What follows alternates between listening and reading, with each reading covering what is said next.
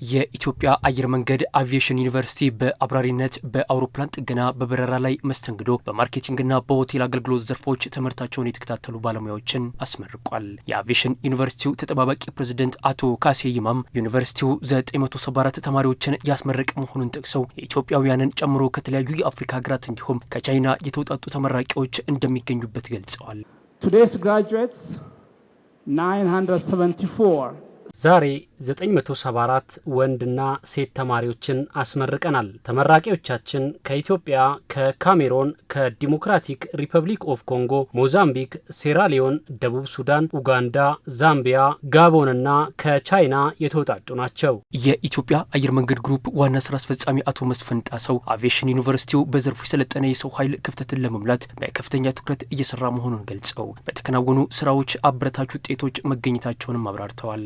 የኢትዮጵያ አየር መንገድ አቪዬሽን ዩኒቨርሲቲ ይህንን ጋፕ ይህንን ክፍተት ለመሙላት ጠንክሮ እየሰራ ነው ያለው።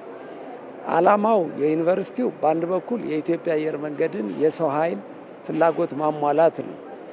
በዚህ ረገድ ጥሩ እየሰራ ነው። እንደምታየው ዛሬ ብቻ ከ450 በላይ የበረራ አስተናጋጆች ለኢትዮጵያ አየር መንገድ አስመርቋል። ይሄ ይቀጥላል። ፓይለቶችም እንደዚሁ በብርዛት አሰልጥኖልናል። ይህን አጠራክረን እንቀጥላለን። ምክንያቱም አየር መንገዱ እያደገ ስለሆነ የሰው ኃይል ፍላጎቱም በዚያው ልክ እያደገ ስለሚመጣ ነው። የሰው ኃይል እጥረትን የማሟላት ስራ ከኢትዮጵያ በዘለለ በአፍሪካ ደረጃ እየተሰራ መሆኑን የሚናገሩት ስራ አስፈጻሚው የዩኒቨርሲቲውን አቅም የበለጠ የማጠናከር ስራ ይከናወናል ብለዋል። ለአፍሪካውያን ስልጠና በመስጠት አፍሪካ ውስጥ ያለውን የሰው ኃይል በአቪዬሽን ሙያ እጥረት ለማቃለል ከፍተኛ ጥረት እያደረገ ነው። ከጋቦን በአሁኑ ሰዓት ከ190 በላይ ተማሪዎች እዚህ ዩኒቨርሲቲ ውስጥ እየተማሩ ነው ያሉት። ተጨማሪ ከ100 በላይ ደግሞ በሚቀጥሉ ሳምንታት ይመጣሉ። ልክ እንደዚህ ሁሉ ከሌሎች አፍሪካ አገሮችም ብዙ ጥያቄ አለ። ሰዎቻችንን አስተምሩልን የሚል አለ። በዚህ መንገድ ይሄ ጥረት ይቀጥላል። ዩኒቨርሲቲውን አጠናክረን ለኢትዮጵያ አየር መንገድም ለሌሎች አፍሪካ አገሮችም ትልቅ አስተዋጽኦ እንዲያደርግ እናደርጋለን። እንደ ሀገር የተጣለባቸውን አደራ በብቃት ለመወጣት ዝግጁ መሆናቸውን የተናገሩት ደግሞ ተመራቂ ተማሪዎች ናቸው።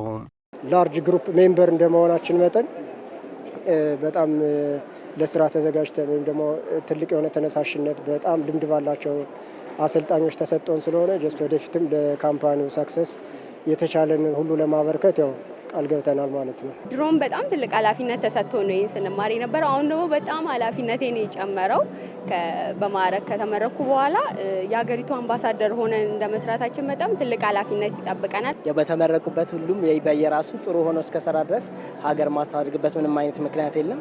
ስለዚህ እኔም በተመረኩበት ስኩል ኦፍ ማርኬቲንግ አሁን ግሎባል ኮል ሴንተር እያገለገልኩኝ ነው። በዛ ደንበኞችን በጥሩ ሁኔታ በማስተናገድ እነሱ የሚፈልጉትን አይነት አገልግሎት ለመስጠት ያው ቃል እገባለሁ ማለት ነው።